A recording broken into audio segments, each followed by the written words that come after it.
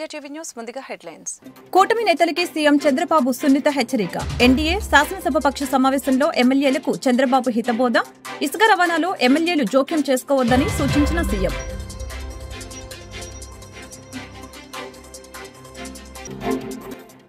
హోంమంత్రి వంగలపూడి అనితను కలిసిన ముంబై నటి కాదంబరి జత్వాని. తనపై కుక్కల విద్యాసాగర్ పెట్టిన అక్రమ కేసును ఎత్తివేయాలని హోంమంత్రికి విజ్ఞప్తి చేశానని ముంబై నటి వెల్లడి.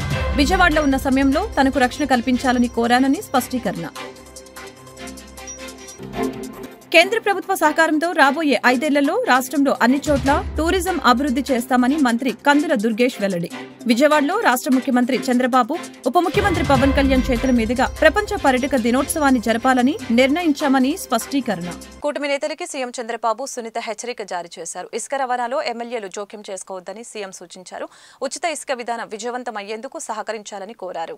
పామరు నియోజకవర్గం కురుమద్దాలి గ్రామంలో ఏర్పాటు చేసిన శామ్ ఆక్వా ప్రాసెసింగ్ ప్లాంట్ ని ప్రధాని నరేంద్ర మోదీ వర్చువల్ గా ప్రారంభించగా కేంద్ర మంత్రి శ్రీనివాస వర్మతో కలిసి మంత్రి కొల్లు రవీంద్ర ప్రారంభోత్సవంలో పాల్గొన్నారు. ఈ సందర్భంగా ఆయన మాట్లాడారు. రాష్ట్రానికి 970 కిలోమీటర్లకి పైగా పొడవైన సముద్ర తీర ప్రాంతం ఉందని చెప్పారు.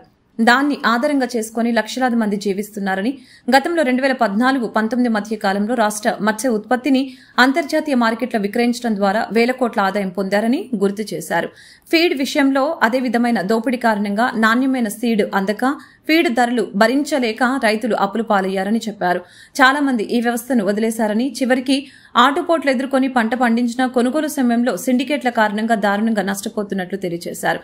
చివరికి లూలు లాంటి ప్రఖ్యాత సంస్థ ప్రతినిధి ఏపీకి అసలు రావద్దని ప్రకటించారంటే ఏపీలో ఉన్న పరిస్థితిని అర్థం చేసుకోవచ్చని తెలియజేశారు. తనపై కుక్కల విద్యాసాగర్ పెట్టిన అక్రమ కేసును ఎత్తివేయాలంటూ హోంమంత్రికి విజ్ఞప్తి చేశానని ముంబై నటి కాదంబరి జత్వాని వెల్లడించారు. విజయవాడలో ఉన్న సమయంలో తనకు రక్షణ కల్పించాలని కోరానని జత్వాని తెలిపారు. హోంమంత్రి తనకు భరోసా ఇచ్చారని చెప్పారు. ముంబై నటి కాదంబరి జత్వాని ఇవాళ విజయవాడలో ఏపీ హోంమంత్రి వంగలపూడి అనితను కలిశారు. అనంతరం ఆమె తన న్యాయవాదితో కలిసి మీడియాతో మాట్లాడారు. గతంలో పోలీసులు తనతో వ్యవహరించిన తీరుని వివరించారని, కేసు విచారణ వేగవంతం చేయాలని కోరినట్లు తెలియజేశారు. జత్వాని నుంచి తీసుకున్న ఐఫోన్లో కోర్టును సమర్పించకుండా ఆ ఫోన్లోని డేటాను తెరిచే ప్రయత్నం చేశారని ఆరోపించారు.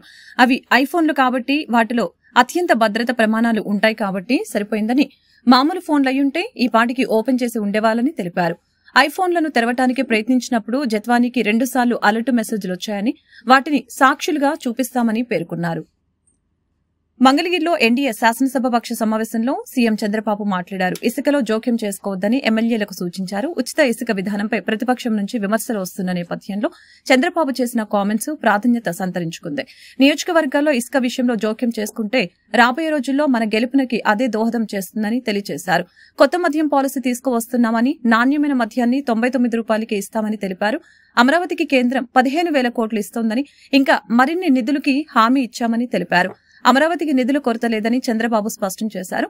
పోలవరం ప్రాజెక్టుని పూర్తి చేసి జాతికి అంకితం చేయాలని అన్నారు.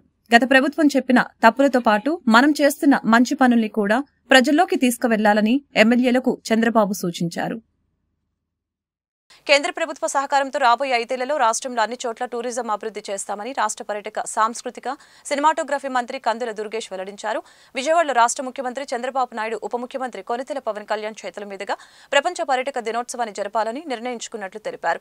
రాజధాని అమరావతిలో మెగా టూరిజం హబ్ ఏర్పాటుకి ప్రణాళికలు సిద్ధం చేస్తున్నామని చెప్పారు.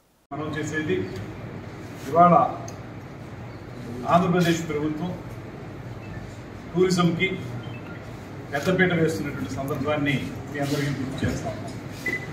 గడిచిన 5 సంవత్సరాల కాలంలో ఏ రకమైనటువంటి ప్రగతి లేకుండా టూరిజం శాఖ నిద్రపోయే పరిస్థితుల్లో ఉన్నటువంటి నేపథ్యంలో దృష్టిలో పెట్టుకుని తిరిగి టూరిజంని పట్టాలెక్కించాలనేటువంటి ఆలోచనతో ముఖ్యమంత్రి గారు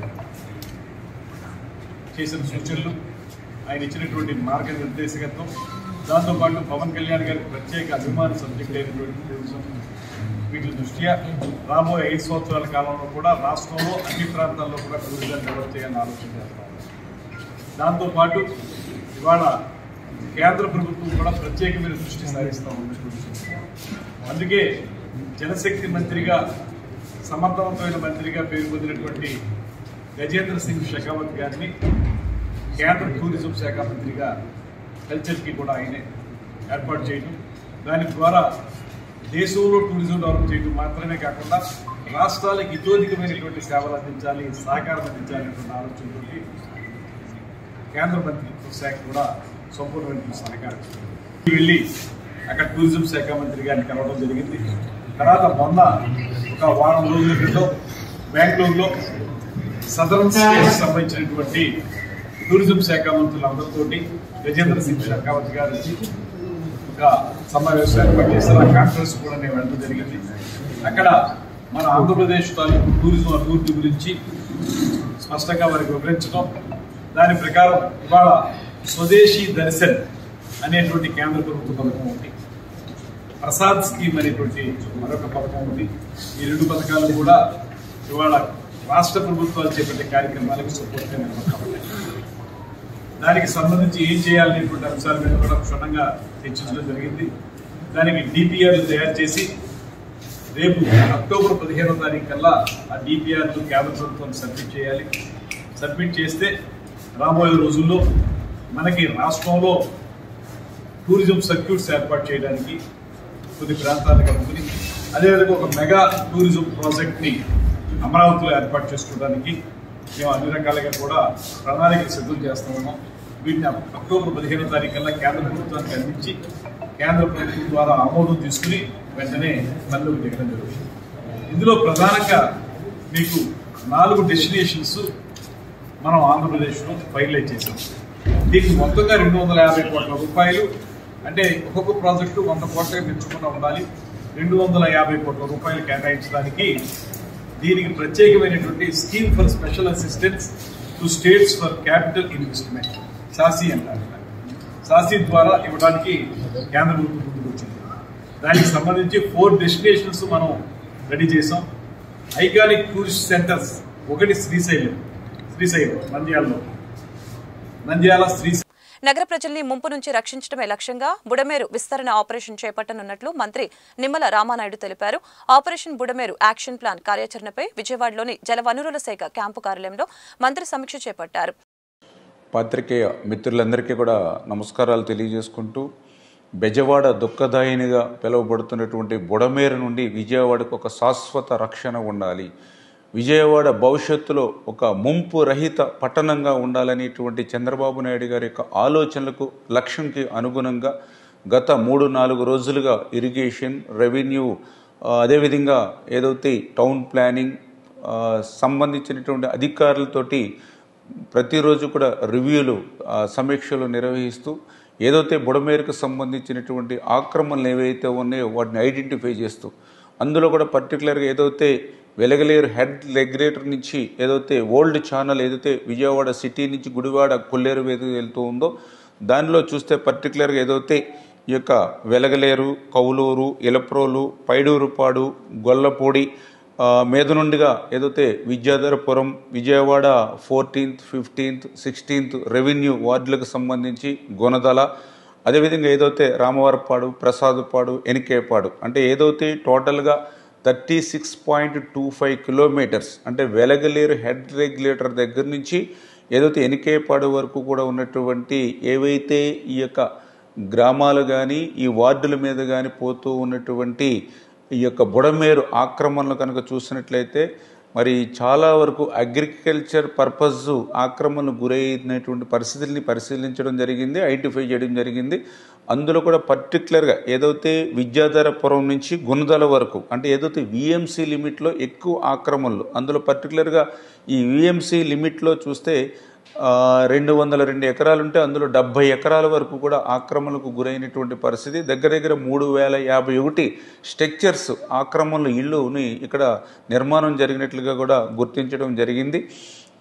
ఏదైతే ఈ యొక్క వాస్తవంగా మనకున్నటువంటి బుడమేరు ఎక్స్టెన్షన్ ఎంత, అందులో ఆక్రమణలు ఎంత మేరకు గురైనవి ఇవన్నీ కూడా ఐడెంటిఫై చేసి చేయడం జరిగింది. ఇవన్నీ కూడా ముఖ్యమంత్రి గారి దృష్టిలో పెట్టడం, అదేవిధంగా ఏదైతే చేమలవాగు, కేసరపల్లి ఏదైతే యూటీ కానీ, అదేవిధంగా ఎనికేపాడు యూటీ కానీ వీటి కూడా కెపాసిటీని మరింత సామర్థ్యాన్ని పెంచవలసిన అవసరం ఉందనేది కూడా గుర్తించడం జరిగింది. అదేవిధంగా ఏదైతే ఎనికేపాడు నుంచి కొల్లేరు వరకు వెళ్ళేటువంటి ఏదైతే 50.6 కిలోమీటర్లు ఏదైతే ఉందో దీన్ని కూడా బండ్స్ని ఇంకా స్ట్రెంగ్తన్ చేయాలి, ఎక్కడెక్కడ ఎంత మేర స్ట్రెంగ్తన్ చేయాలి, ఎంత మేర లైనింగ్ విస్తరణ చేయాలనే దాని మీద కూడా ఈ సమీక్షలో మరి అందరం కూడా అభిప్రాయాలు తీసుకుని అక్కడ వాస్తవ పరిస్థితులన్నింటినీ కూడా ఐడెంటిఫై చేయడం జరిగింది.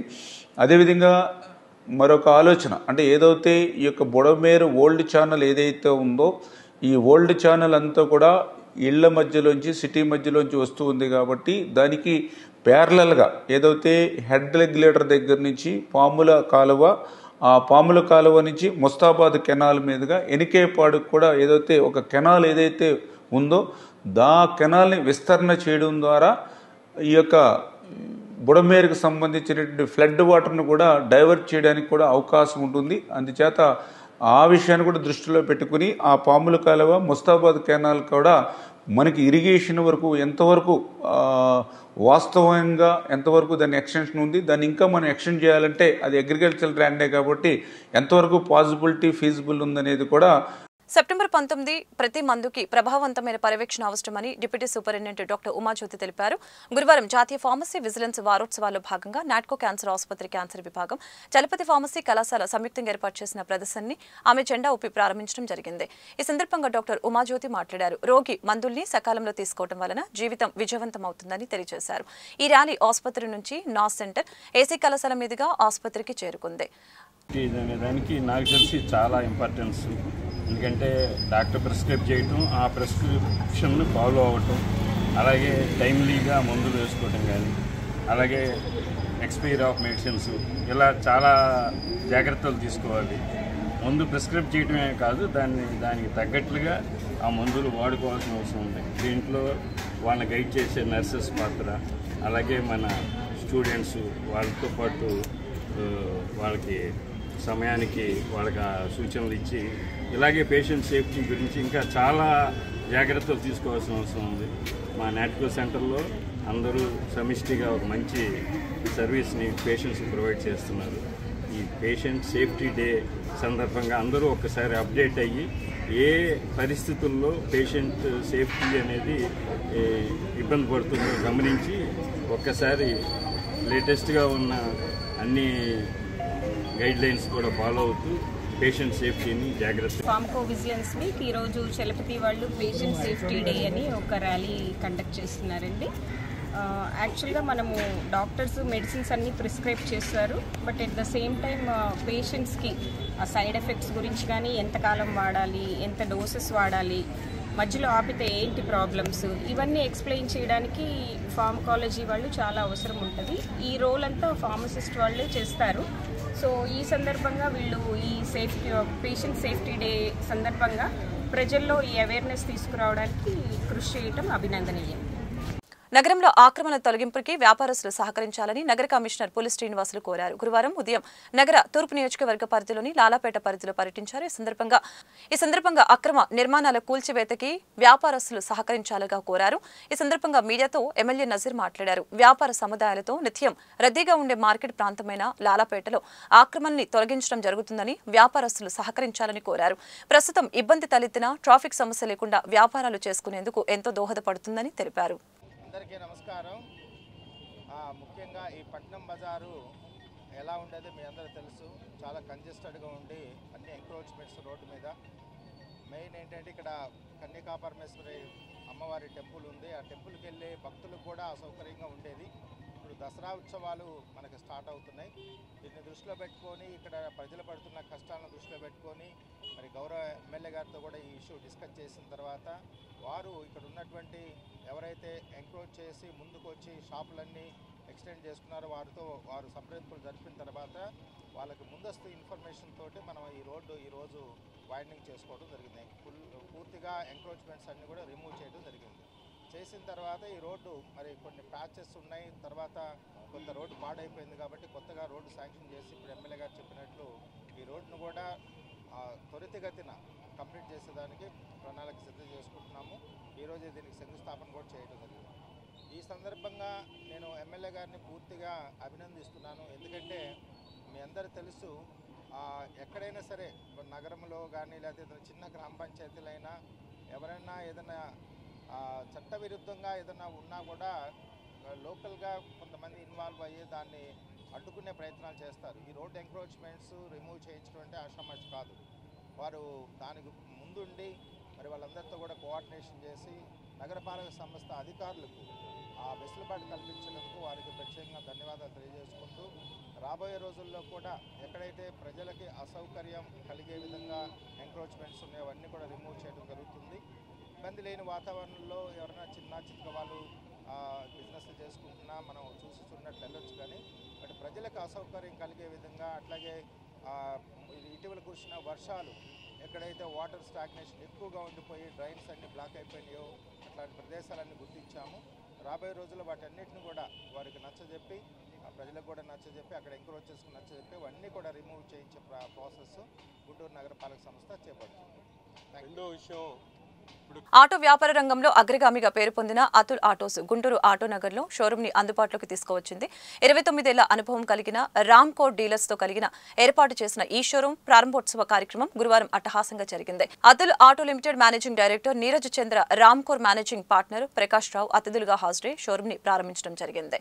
ఇందులో భాగంగా నీరజ్ చంద్ర మాట్లాడారు. అంతర్జాతీయ స్థాయిలో అతుల్ ఆటో సేవలు అందిస్తుందని చెప్పారు. మారుతున్న కాలానికి అనుగుణంగా వాహనాలను ప్రవేశపెడుతున్నామని చెప్పారు. రామ్కోర్ మేనేజింగ్ पार्टनर प्रकाश राव माట్లాడుతూ this inauguration I'm sorry आप हिंदी में बात करते हैं बहुत लोग मेरा हिंदी भी थोड़ा ओके so या तेलुगु मेरे को नहीं आता है so probably English में बात करूंगा आधा हिंदी आधा English so thank you so much Prakash sir for trusting us as a OEM to uplift lives for Ramkor as a family. About Atul, I'm sure आप लोगों ने हमारा corporate film देखा है. So generally what we tell is that Atul 2.0. So that's a new beginning for the company. When I say new beginning for the company, it's about getting into future. So आज हम display में जो unveil करेंगे या display में जो हमने products रखे हैं, it's about electric vehicles. The future is EV. So we are the only company जो खुद बैटरी भी बनाती है. हमारा खुद का बैटरी है जो अतुल इंटेलिजेंस बोल के है. if later if you can show the अपना अतुल EV का product USPs. so we are thinking future. Atul 2.0 आगे की सोच को लेके बढ़ रहा है. and AP में हम पहले थे, बीच में because of some internal issues we stopped our operations here. Now we are re-entering Andhra Pradesh and Telangana. So we look forward for your support. आप सबका आशीर्वाद चाहिए, आप सबका सपोर्ट चाहिए, आप सबका विश्वास चाहिए. As a company, we trust our products and the same trust with our channel partners. I'm sure कि वो आपको उतना support करेंगे. So with this note, once again thank you so much, and we look forward to have the good market share in state of Andhra Pradesh and Telangana. Thank you so much. అధికారం ఉన్నా లేకున్నా ప్రజా సంక్షేమం అభివృద్ధి ధ్యేయంగా పనిచేస్తామని 41వ ward corporator కోడిగుడ్ల పూర్ణిమ YCP cluster incharge Sridhar తెలిపారు. 41వ ward YCP కార్యాలయం వద్ద కార్పొరేటర్ కోడిగుడ్ల పూర్ణిమ జన్మదిన వేడుకలు ఘనంగా నిర్వహించారు. ఈ కార్యక్రమంలో డిప్యూటీ మేయర్ జియాని శ్రీధర్, దక్షిణ నియోజకవర్గ వైసీపీ నాయకులు దురరంరాజు, శ్రీవాత్సు పాల్గొని పుష్పగుచ్చం అందజేసి శుభాకాంక్షలు తెలిపారు. ముందుగా కోడిగుడ్ల పూర్ణిమ కేక్ కటింగ్ చేసి అనంతరం ఏర్పాటు చేసిన ఉచిత వైద్య శిబిరాన్ని ప్రారంభించారు.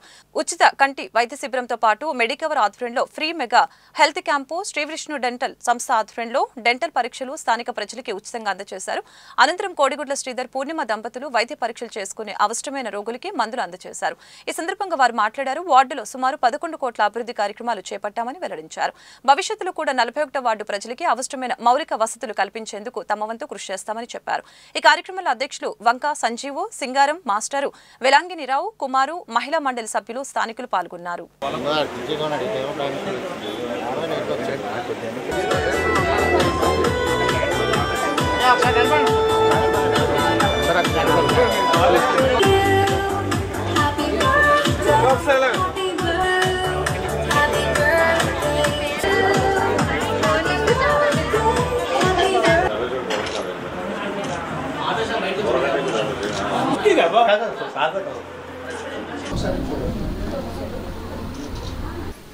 నైట్ 12 నుంచి కూడా కార్యకర్తలు, శ్రేయభిలాషులు, అలాగే మా 41 వార్డ్ ప్రజలు చాలామంది కూడా నాకు ఫోన్ కాల్స్ ద్వారా, మెసేజెస్ ద్వారా చాలామంది బర్త్డే విషెస్ చెప్పారు. వాళ్ళందరికీ కూడా ధన్యవాదాలు తెలియజేసుకుంటున్నాను. అలాగే ముఖ్యంగా మా కార్యకర్తలు మరి ఈరోజు నా బర్త్డే సందర్భంగా మెడికల్ క్యాంప్ పెట్టడం జరిగింది. ఎన్నో సేవా కార్యక్రమాలు పెట్టించడం జరుగుతుంది మా వార్డులోని. అలాగే వాళ్ళకి నా తరపు నుంచి ధన్యవాదాలు తెలియజేసుకుంటున్నాను. ముందుగా మరి వార్డు ప్రజలందరికీ కూడాను డెవలప్మెంట్ విషయంలో కూడా ఎప్పుడు మన 41 వార్డు ఎప్పుడు ముందుగానే ఉంటుంది. మరి మాజీ ముఖ్యమంత్రి గారు జగన్మోహన్ రెడ్డి గారు చొరవతో 11 కోట్ల వరకు కూడా మనకి వార్డ్ డెవలప్మెంట్ చేయడం జరిగింది. జయనగరం కాలనీలోని కళ్యాణ మండపం ఓపెనింగ్ దశలో ఉంది. అలాగే సీసీ రోడ్స్ కానివ్వండి, అలాగే చాలా చెప్పుకుంటూ పోతే చాలా డెవలప్మెంట్ వర్కులు అయితే మన జగన్ గారి చొరవతో చాలా చేసాము. ఆయనకి ధన్యవాదాలు తెలియజేసుకుంటున్నాను. అలాగే బొత్స సత్యనారాయణ గారికి, మా మాజీ ఎమ్మెల్యే వాసుపల్లి గణేష్ కుమార్ గారికి, వీళ్ళందరికీ కూడా ధన్యవాదాలు తెలియజేసుకుంటున్నాను. అలాగే నా బర్త్డేకి ఇచ్చేసినటువంటి శ్రీవాత్సవ్ గారికి, డిప్యూటీ మేయర్గా శ్రీధర్ గారికి, అలాగే కౌలా గురువులు గారికి, పెద్దలందరికీ కూడా నా నమస్కారములు, అలాగే ధన్యవాదాలు కూడా తెలియజేసుకుంటున్నాను. మన వార్డులో ఎప్పుడూ కూడాను ఏ డెవలప్మెంట్ విషయం అయినా కూడా అందరికన్నా 98 వార్డుల్లో కన్నా మన వార్డే ఎక్కువ ముందుంటుంది. అలాగే ఇక మీదట కూడా ఇది కొత్త ప్రభుత్వం వచ్చినా కూడా మన డెవలప్మెంట్ అనేది ఎప్పుడు కూడా తగ్గదు. ఈరోజు 41 వార్డు కార్పొరేటర్ గారు మా వైఫ్ అయిన బర్త్డే సందర్భంగా మా కార్యకర్తలు ఇక్కడ మెడికల్ క్యాంపు ఇంకా ఇతర సేవా కార్యక్రమాలు చేశారు. వారందరికీ ప్రత్యేకమైన కృతజ్ఞత తెలుపుతున్నాం. ముఖ్యంగా నేను చెప్పవలసింది ఏంటంటే వార్డు డెవలప్మెంట్ 11 కోట్ల వరకు మన మాజీ ముఖ్యమంత్రి వర్యులు జగన్మోహన్ రెడ్డి గారు ఇంత తక్కువ స్ట్రెంత్ ఉన్న వార్డుకి ఇన్ని కోట్లు ఆయన ఇచ్చారంటే ఆయనకి ఎంతో ప్రత్యేకమైన కృతజ్ఞత తెలుపుతున్నాం. ఆయన ఇంకా ఉంటే ఇంకొక 10 కోట్ల వరకు మనకి ఇంకా డెవలప్ చేసే ఒక అదృష్టం కూడా ఉండేది. కానీ ప్రజల నిర్ణయం బట్టి ఇలా జరిగింది. అయితే ఇప్పుడు పూర్ణిమ గారు మళ్ళీ కొన్ని వర్క్స్ ఇంకా పెండింగ్ ఉన్నాయి. సీసీ రోడ్స్ వాటికి పెట్టాం, అవి కూడా టెండర్ దశలో ఉన్నాయి. అది కూడా పూర్తి చేస్తే మొత్తం 41 వార్డు వర్క్లన్నీ పూర్తవుతాయి. సీసీ రోడ్లు ఒకటి పెండింగ్ ఉన్నాయి బట్టి అది స్టార్ట్ చేస్తారు త్వరలో. దానికి ఎంత నిధులు కావాలో అంత కూడా అప్పుడే సమకూర్చారు. అది కూడా ఈ మధ్య టెండర్ అవుతుంది, అది కూడా పూర్తి చేస్తాం. అదేవిధంగా ఇంకే ఇతర వర్క్స్ ఉన్నా అన్నీ కూడా లైటింగ్ ఎన్నో టవర్స్ మేము వచ్చాక 15 టవర్స్ వరకు లైటింగ్ టవర్స్ పెట్టాం. ఇంకా డెవలప్మెంట్ ఇంకేమున్నాయని ఆలోచిస్తున్నాం. అవి కూడా డెవలప్ చేస్తూ మేము ఉన్న ఈ నెక్స్ట్ పీరియడ్ వరకు ఎంతవరకు అయితే అంతవరకు చేస్తామని ప్రజలకు మరి ఒకసారి మాట ఇస్తూ మరి ఒకసారి పూర్ణిమ గారికి జన్మదిన శుభాకాంక్షలు తెలియజేస్తూ సెలవు తీసుకుంటాం. ఏపీ వర్కింగ్ జర్నలిస్టుల ఫెడరేషన్, ఏపీ బ్రాడ్కాస్ట్ జర్నలిస్టుల association, AP small and medium newspapers association ఆధ్వర్యంలో అక్టోబర్ 6న విజయదశమి దసరా పర్వదినం వేడుకలను అత్యంత ఘనంగా నిర్వహించనున్నట్లు జాతీయ జర్నలిస్టు సంఘం కార్యదర్శి గంట్ల శ్రీనుబాబు, నగర అధ్యక్షులు పి నారాయణ్ తెలిపారు. ఈ సందర్భంగా గురువారం అక్కయ్యపాలెం వద్ద ఓ ప్రైవేట్ హోటల్లో 3 యూనియన్ల కార్యవర్గాల సమావేశం నిర్వహించారు. ఈ సందర్భంగా దసరా ఏర్పాట్లపై వీరంతా చర్చించారు. అనంతరం ఇందుకు సంబంధించిన వివరాలను శ్రీనుబాబు, నారాయణ్లు వెల్లడించారు. 6వ తేదీ ఉదయం అల్పాహారంతో దసరా సంబరాలు ప్రారంభమవుతాయని చెప్పారు. అనంతరం నగరానికి చెందిన వివిధ సంస్థల కళాకారులతో ప్రత్యేక సాంస్కృతిక కార్యక్రమాలు ఏర్పాటు చేశామని అన్నారు. అలాగే జర్నలిస్టులు వారి కుటుంబ సభ్యుల కోసం లక్కీ డిప్ ని ఏర్పాటు చేశామని చెప్పారు. అనంతరం విందు భోజనంతో పాటు మిఠాయిలు పంపిణీ కార్యక్రమాన్ని కూడా నిర్వహిస్తున్నామని అన్నారు. ప్రతి ఏటా మాదిరిగానే ఈ ఏడాది కూడా జర్నలిస్టులు వారి కుటుంబ సభ్యులు దసరా సంబరాలు పాల్గొని జయప్రదం చేయాలని వీరు కోరారు. సమావేశంలో federation deputy general secretary A Sambasivarao, organising secretary D Ravikumar, Pitani Prasad, broadcast association అధ్యక్ష కార్యదర్శులు Iroti Eswararao, Madan, Sivadileep, small and medium newspapers association అధ్యక్ష కార్యదర్శులు జగన్మోహన్, శ్రీనివాసరావుతో పాటు ఆయా కార్యవర్గాల ప్రతినిధులు పెద్ద ఎత్తున హాజరయ్యారు. కార్యవర్గాల సమావేశం నిర్వహించాం. ఇందులో ప్రధానంగా మా నగర అధ్యక్షులు నారాయణ గారి నేతృత్వంలో జరిగిన ఈ సమావేశంలో విజయదశమి పర్వదినాన్ని పురస్కరించుకొని ఈ నెల 6న దసరా సంబరాలను అత్యంత ఘనంగా నిర్వహించనున్నాం. ప్రతి ఏటా మాదిరిగానే ఈ ఏడాది కూడా అత్యంత సాంప్రదాయబద్ధంగా ఈ ఉత్సవాలు నిర్వహించాలని మరి కార్యవర్గాలన్నీ కూడా నిర్ణయించడం జరిగింది. ఆ రోజు ఉదయం అల్పాహారంతో ఈ సమావేశాలు ప్రారంభమవుతాయి. తర్వాత అత్యంత చక్కటైన మంచి మన సాంస్కృతికాలను ప్రతిబింబించే విధంగా క్లాసికల్ డ్యాన్స్తో పాటు ఇతర సాంస్కృతిక కార్యక్రమాలు ఉంటాయి. అలాగే హాజరైన వారందరికీ కూడా జర్నలిస్టు వారి కుటుంబ సభ్యులకు లక్కీ డిప్ తీయడం జరుగుతుంది. మరి అనంతరం కూడా విందు భోజనం కూడా ఏర్పాటు చేయడం జరిగింది. ఆ తర్వాత అందరికీ మిఠాయిలు పంపిణీ చేసి ఈ కార్యక్రమాన్ని సాయంత్రం వరకు కూడా కన్నుల పండుగగా జరిపించి ముగించనున్నాం. కాబట్టి అందరూ కూడా జర్నలిస్టులు అందరూ వారి కుటుంబ సభ్యులతో హాజరై మరి కార్యక్రమాన్ని జయప్రదం చేయాలని, ప్రతి ఏటా కూడా జర్నలిస్టులకి సంబంధించి ఫెడరేషన్ ఆధ్వర్యంలో ఉగాది, విజయదశమి, అదేవిధంగా వినాయక చవితికి సందర్భంగా ప్రతిమల పంపిణీ, మొక్కలు ఇవన్నీ కూడా వ్రతకల్ప పుస్తకాలు ఇష్యూ చేస్తున్నాం. ఈసారి కూడా జర్నలిస్టులు అందరూ వారి ఏవైతే ఉన్నాయో ప్రభుత్వ పరంగా సంక్రమించే వారి హక్కుల కోసం మా ప్రయత్నం మేము చేస్తూనే ఉన్నాం. ఆ ప్రయత్నాలతో పాటు ఇలాంటి పండుగలు కూడా నిర్వహిస్తూనే ఉన్నాం. కాబట్టి కార్యక్రమాలు జయప్రదం చేసిన ఆయా మా కార్యవర్గాలందరికీ కూడా పేరు పేరున ప్రత్యేకంగా అందరికీ ధన్యవాదాలు తెలియజేసుకుంటూ, అదేవిధంగా ఈరోజు సాయిరామ్ పార్లర్ గ్రూప్ అధినేత తాళ్ళూరు సత్యనారాయణ గారు ఇటీవల మృతి చెందారు. అలాగే ఫెడరేషన్ కార్యదర్శి జి శ్రీనివాసరావు గారు వారి తండ్రి అప్పారావు గారు కూడా ఇటీవల మృతి చెందారు. అలాగే ఆంధ్రపురం సర్క్యులేషన్ ఆఫీసర్ రావు గారు కూడా ఇటీవల మృతి చెందారు. వారి ముగ్గురికి కూడా మా కార్యవర్గాల అన్నింటి నేపథ్యంలో సంతాపం ప్రకటించి ఘనంగా నివాళులు అర్పించాం. వారి కుటుంబ సభ్యులకు ప్రగాఢ సానుభూతిని కూడా తెలియజేయడం జరిగింది. Federation, AP broadcast journalist association, small and medium news paper association సంయుక్తంగా ప్రతి ఏటా మాదిరిగానే ఈ ఏడాది కూడా అక్టోబర్ 6 దసరా ఉత్సవాలు మనం నిర్వహిస్తున్నాం. ఇందుకు సంబంధించి అల్లూరి సీతారామరాజు భవనం డాబా గార్డెన్స్లో ఈ కార్యక్రమాన్ని ఉదయం 9 గంటల నుంచి భారీగా నిర్వహిస్తాం. ప్రింట్ మరియు ఎలక్ట్రానిక్ మీడియా, అదేవిధంగా ఇతర మీడియా వాళ్ళంతా కూడా ఈ కార్యక్రమాల్లో కుటుంబాలతో సహా పాల్గొని ఈ దసరా సంబరాలను విజయవంతం చేయాల్సిందిగా విజ్ఞప్తి చేస్తున్నాం. వార్తలు ముగించే ముందు ముఖ్యాంశాలు మరొకసారి. కూటమి నేతలకి సీఎం చంద్రబాబు సున్నిత హెచ్చరిక. ఎన్డీఏ శాసనసభ పక్ష సమావేశంలో ఎమ్మెల్యేలకు చంద్రబాబు హితబోధ. ఇసుక రవాణాలో ఎమ్మెల్యేలు జోక్యం చేసుకోవద్దని సూచించిన సీఎం.